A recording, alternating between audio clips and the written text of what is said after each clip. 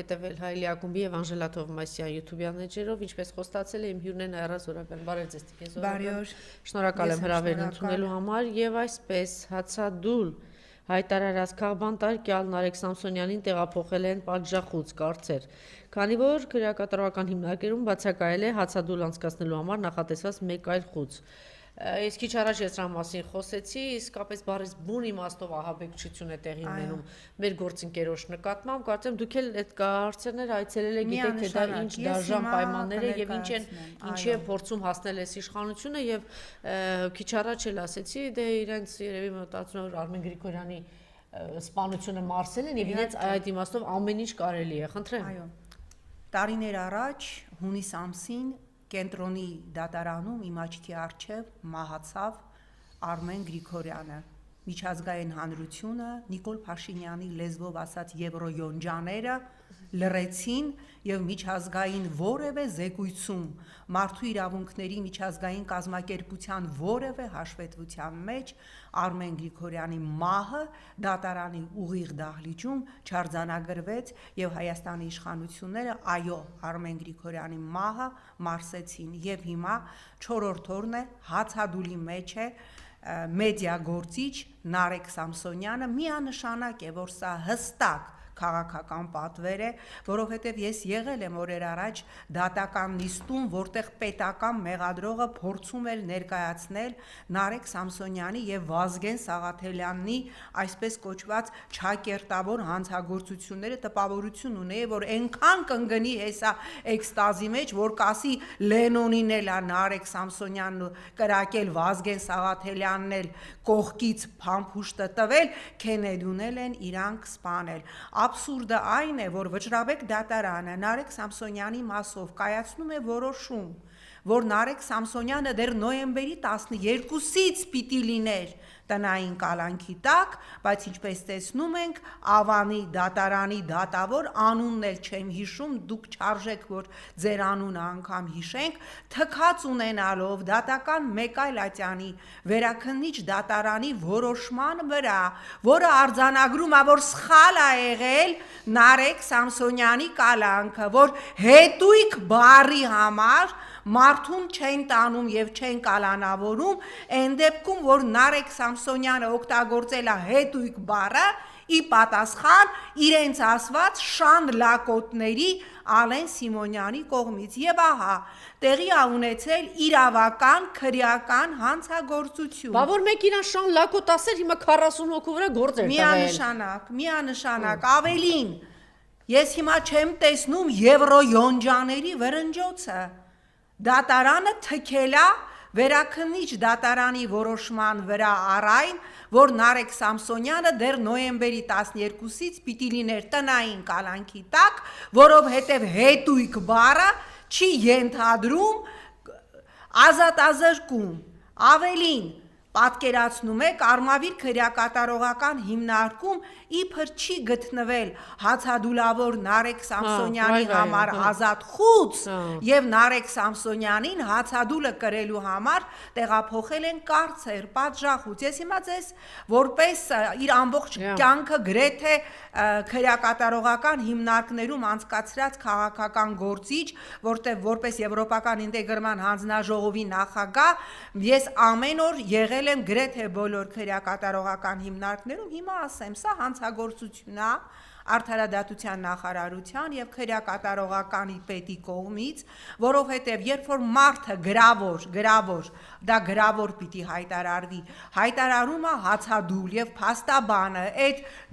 գրավոր թուղթը տանում է քրեակատարողականի պետին, ինչպես արել է Ռուբեն Մելիքյանը, դա ենթադրում է, որ ամիջապես Նարեկ Սամսոնյանին պիտի տեղափոխեին հացադուլավորների համար նախատեսված խուց, որտեղ պայմանները բոլորովին այլ են եւ որտեղ նրանք պարբերաբար բժշկի հսկողության տակ են, բայց տեսնում ենք, որ Նարեկին տեղափոխել են կարծեր, պատժախուց։ Ես իհարկե հասկանում եմ, որ այս ռեժիմի պայմաններում քրեակատարողականներում սենց ֆուլա էլ տեղ չկա, բայց ես չեմ հավատում, որ մի հատ ազատ սենյակ չի եղել ոչ պատժախուցը եւ ավելի քան վստահ եմ, որ սա դիտավորություն է։ Սա հրահանգավորված դիտավորություն է,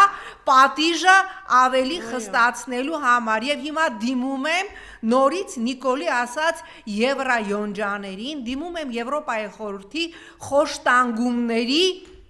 հանձնաժողովին 1000 անգամ դուք ինձ sense պրճոկում էիք, երբ որ նախկին իշխանության ժամանակ որևէ ընդդիմադիր գործչի չոլկան այսպես մի հատ թեքվում էր, դա համարում էիք խոշտանգում։ Հիմա ձեր բոլոր կոնվենցիաներով, միջազգային իրավունքի բոլոր նորմերով, որոնց տակ ստորագրել է նաև Հայաստանը, այն ինչ կատարվում է կոնկրետ Նարեկ Սամսոնյանի հանդեպ, դա խոշտանգում է հացադուլավորին, տանել լրացուցիչ դաբլ պատժի եւ տանել կարծեր, տանել պատժախուց։ Եթե ձեր նպատակը այն է, որ Նարեկ Սամսոնյանը, ինչպես Արմեն Գրիգորյանը մահանա բերդում, ուրեմն դուք ձեր նպատակին շատ մոտ եք, որովհետև ես չգիտեմ, Նարեկը կուզենար այդ մասին, որ ասվեր թե ոչ, Նարեկը նաև խնդիրներ ունի, նաև այո, ճնշման խնդիրներ ունի, հիմա դա է ձեր նպատակը, ոնց որ Արմեն Գրիգորյանին են, որ ասում էր ես պրոբլեմ չունեմ, խամերին հենված ինչ որ մի հատ տիկին, հա, որ հետո կաշառքի գործով պրոբլեմ ունեցավ հակակոռուպցիոն դատարանում, ասում էր ես պրոբլեմ չունեմ, ինքը իրան կնքել էր կալանքի թագուհի, զանգում էր իր անգերներին, ասում էր ալո պրիվետ, ձեզ կալանքի թագուհին ա զանգում, շուտ Ջուլհակյան էր, ինչ էր ազգանունը, Արուսյակ կարծեմ, հա, ճիշտ է, այո, Ջուլհակյան, այո, դա տվեց, հա, խամերի վրա հենվել էր, գրել էր ես պրոբլեմ չունեմ, ինչ որ արել եմ ճիշտ եմ արել, եւ դեռ ինչքան ես ունենալու, եթե քեզ թվում է, որ այդ հակակոռուպցիոնով կաշառքի գործերով ես դու պրծնելու, չէ, դու գնալու ես, այն քրեական գործով ես քնվելու որպես մեղադրող, ես դա վստահ եմ պնդում, որի արդյունքում դատարանում ուղիղ եթերում սպանվել է,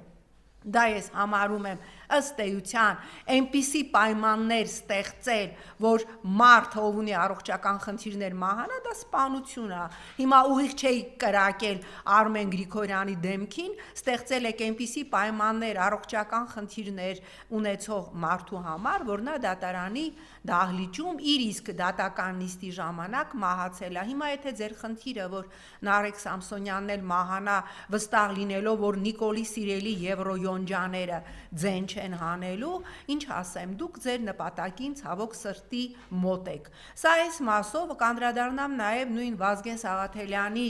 ուրեմն գործին, ես հասկանում եմ, որ այն ինչ չեմ ուզում էլի կոպիտ բառ օգտագործել, փաստորեն իշխանության ներկայացուցիչներին կարելի է օգտագործել դոմփել,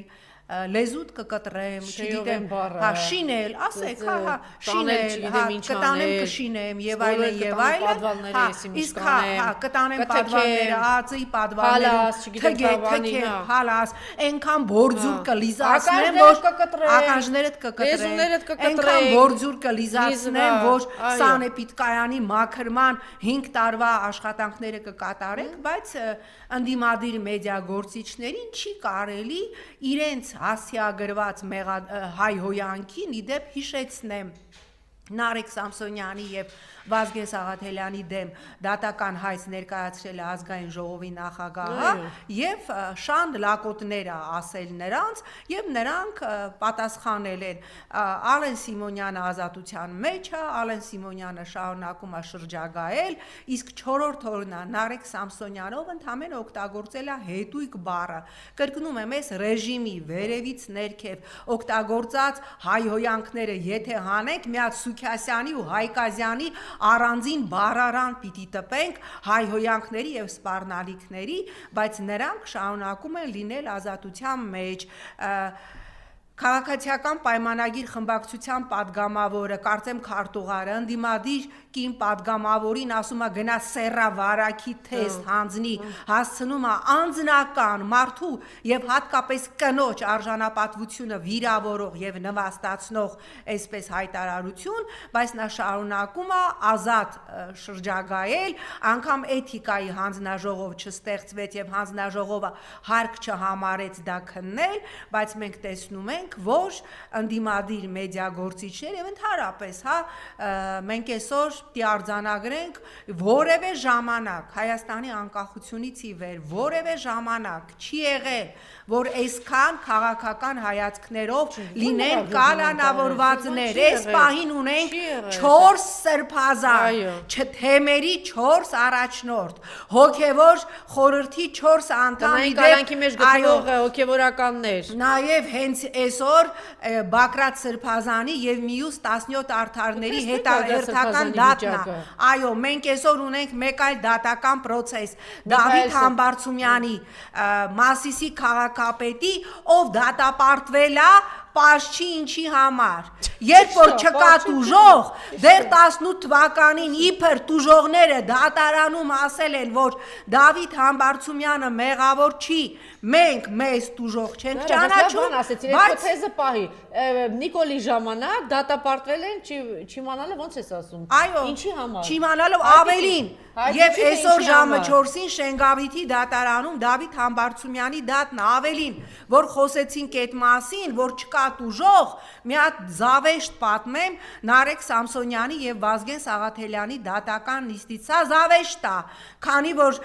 քրեական օրենսգիրքը ենթադրում է, որ բացի Ալեն Սիմոնյանից պետք է այլ նաեւ ազդեցության արդյունքում տուժած լինի, Պեղել են մի հատ քաղաքացի, անուն ազգանունը չեմ հիշում, որ վկայի կարգավիճակով պիտի գար այդ դատական նիստին եւ ասեր, որ ինքը նայել է իմ նիմնիմի այդ հաղորդումը, ինքը լսել է այդ հայհոյանքները, ահա որ ազդվել է եւ ինքը իրան ճանաչում է տուժող եւ ինչ եղավ, այդ վկան ոչ միայն չի եկել, այլև այդ վկան հայտարարել է, որ ինքը ընդհանրապես իմ նիմիմի այդ թողարկումը չի էլ նայել, բա որ չես նայել, ինչի՞ց ես ազդվել,